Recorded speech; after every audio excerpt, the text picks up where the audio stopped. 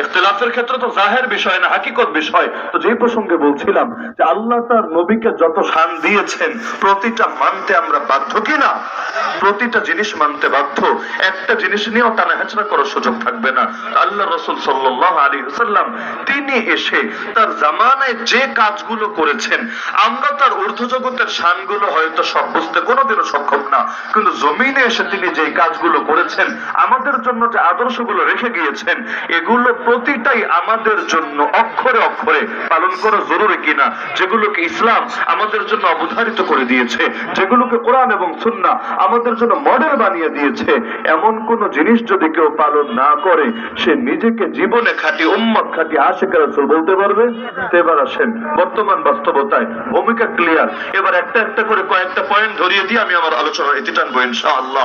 আল্লাহ রাসূল সম্পর্কে যারা জানেন আমাকে বলেন, আল্লাহ রাসূল সাল্লাল্লাহু আলাইহি ওয়াসাল্লাম তিনি মুসলমানদের রক্ত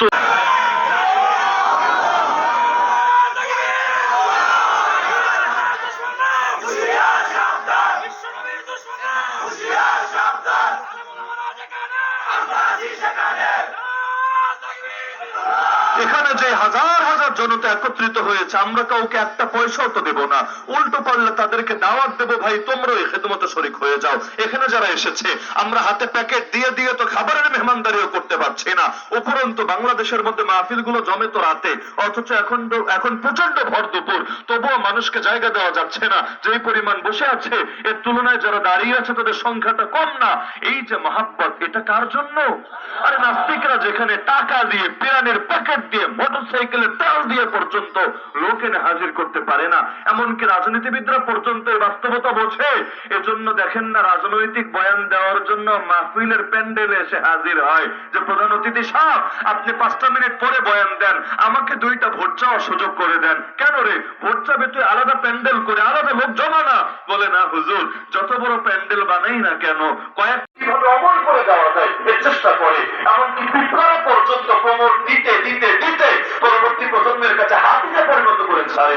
অথচ আমাদের যে বীরেরা শহীদ হয়েছে আর নিঃসন্দেহে তারা বীর না, নিঃসন্দেহে তাদের এই ইসলামের পেছনে উম্মার পেছনে অবদান নাই, তাদের নামগুলোই তো স্মরণ রাখি নাই। বলবো নাম স্মরণ রাখলে কি হতো, আর কিছু হোক না হোক অন্তত দোয়া করার তৌফিক হতো, কিন্তু নামগুলোই তো স্মরণে রাখি নাই, এই প্রজন্মই রাখি নাই। পরবর্তী প্রজন্মের কি হবে? 13 সালে কেউ রক্ত দেয় নাই, 21 সালে কেউ রক্ত দেয় নাই, এর আগে নাস্তিক বিরোধী তাসলিমা বিরোধী বিভিন্ন আন্দোলনের সময় বাবরি মসজিদ রক্ষার আন্দোলনের সময় এই দেশে মুসলমান প্রাণ দেয় নাই, দিয়েছে। তা আমার কাছে আমার ভাইয়ের রক্তের দাবি যখন না থাকবে কাফের মুশরিকদের কাছে আমাদের রক্তের দাম আসবে কোন দিকে? যে জাতি নিজেরাই নিজেদের মূল্যায়ন করতে জানে না ওই জাতিকে পৃথিবীর বুকে কেউ মূল্যায়ন করতে পারে না। বাংলাদেশে যেই পরিমাণ মুসলমান আছে খালি যদি এই দেশের সবাই ঐক্যবদ্ধ হতে পারত এই মর্মে, যেই দলের হোক যেই মতের হোক যেই সংগঠনের হোক, আর যদি একজন মুসলমানকে কেউ শহীদ করে যতক্ষণ পর্যন্ত এর সুষ্ঠু বিচার না হবে বাকি মুসলমানরা কাফনের কাপড় গায়ে দিয়ে ময়দানে পড়বে। এমনকি একজন আলেম সে যেই মতের হোক যেই সার্কেলের হোক অন্যায় ভাবে যদি জালেমের জিন্দাখানে বন্দী থাকে গোটা দেশ তার জন্য ফেটে পড়বে। দরকার ছিল না এটা, কিন্তু হয় কি